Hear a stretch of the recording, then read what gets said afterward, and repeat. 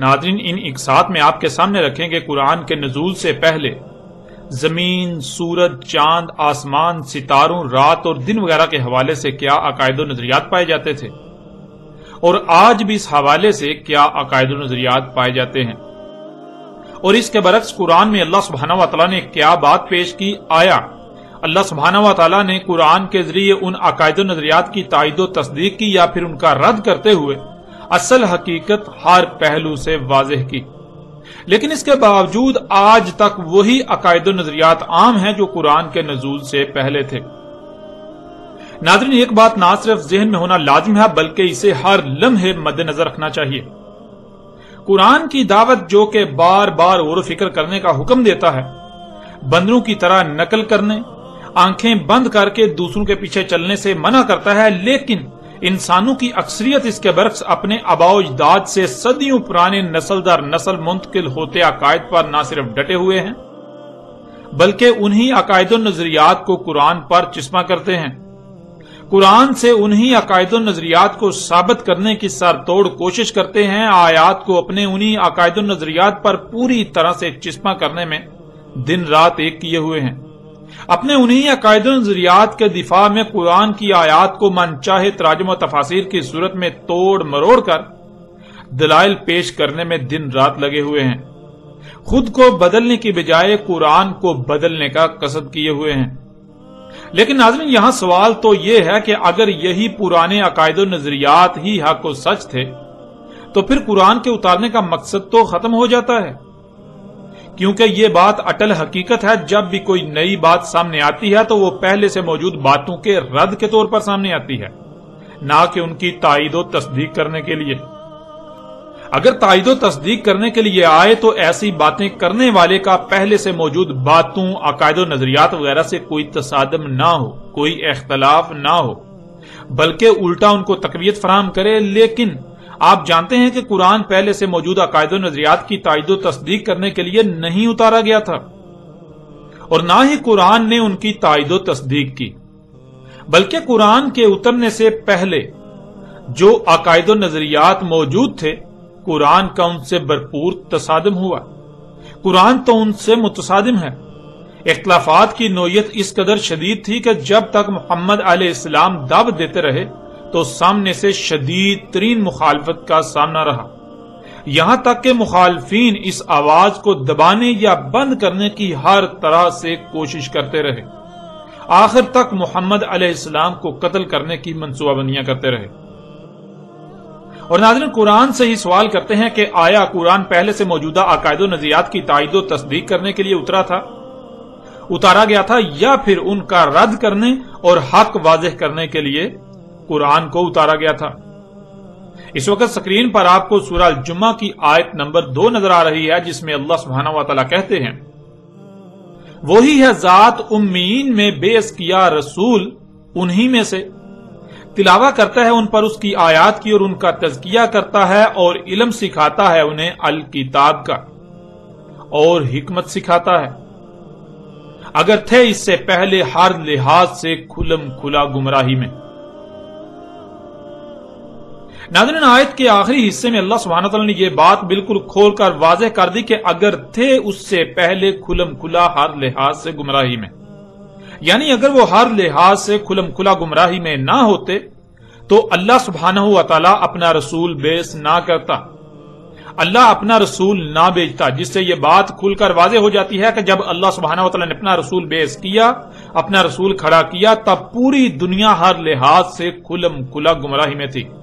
ان کے عقائد و نظریات جاہلانہ اور بے بنیاد اور محض ظن پر مبنی تھے، نہ کہ علم پر مبنی۔ اور قرآن میں جس موضوع کو بھی زیر بحث لایا گیا تو اس موضوع پر قرآن سے پہلے جو بھی عقائد و نظریات عام تھے سوائے گمراہی کے اور کچھ نہ تھے۔ اس طرح اس وقت آپ کو سکرین پر سورہ البقرہ کی آیت نمبر 213 نظر آ رہی ہے، جس میں اللہ سبحانہ و تعالیٰ کا قول ہے، تھے پوری دنیا کے انسان ایک ہی امت، یعنی پوری دنیا کے انسان جہالت پر قائم ایک ہی گروہ تھے، پس اللہ بیعث کرتا ہے نبیین بشارت دینے والوں کو،